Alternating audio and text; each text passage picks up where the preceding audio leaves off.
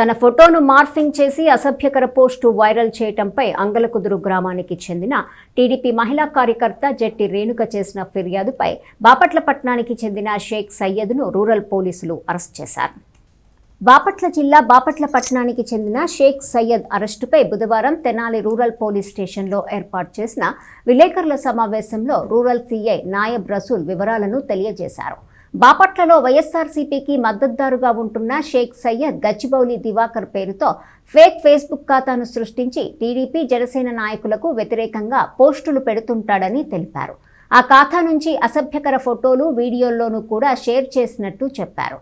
వైసీపీకి కోసం ప్రణాళిక ప్రకారం పోస్టులు పెడుతుండేవాడు. తద్వారా వైసీపీలో గుర్తింపు, ఉద్యోగ అవకాశాలు వస్తాయని భావించాడని నాయబ్ రసూల్ వివరించారు. ఇతడిపై పలు పోలీస్ స్టేషన్లలో 7 కేసులు నమోదై ఉన్నాయని తెలిపారు.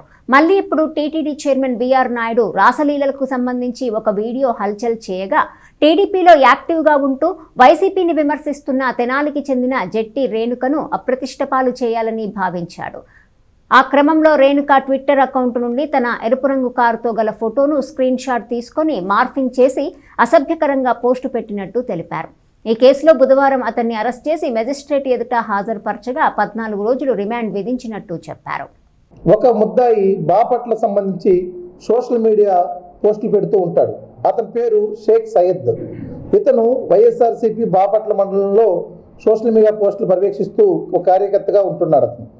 ఇతను గురించి మొత్తం విచారించగా ఇతను 2024 సెప్టెంబర్, అక్టోబర్, నవంబర్లో మన సీఎం గారైన చంద్రబాబు నాయుడు గారి మీద, అదేవిధంగా డిప్యూటీ సీఎం గారి మీద, హోమ్ మినిస్టర్ గారి మీద ఇట్లా పోస్టులు పెట్టితే అప్పుడు ఇతని మీద మొత్తం మన ఆంధ్రప్రదేశ్లో 8 పోలీస్ స్టేషన్లో కేసులు రిజిస్టర్ చేయడం, జట్టి రేణుక గారు కొద్దిగా యాక్టివ్గా ఉన్నారనే ఉద్దేశంతో, ఆమె అప్రతిష్టపాల్చిన ఉద్దేశంతో ఈ విధంగా ఆమె యొక్క కారుతో ఉన్న ఫోటోని అతని యొక్క సోషల్ మీడియా అకౌంట్లో పోస్ట్ చేసి పెట్టడం వల్ల చాలామంది కూడా ఆ ఫోటోని ఎడిట్ చేసుకొని వేరే విధంగా ఆమెని ఇట్లా ఈ విధంగా అబ్యూజ్ చేస్తూ ఈ విధంగా పోస్టులు పెట్టడం జరిగిందన్నమాట.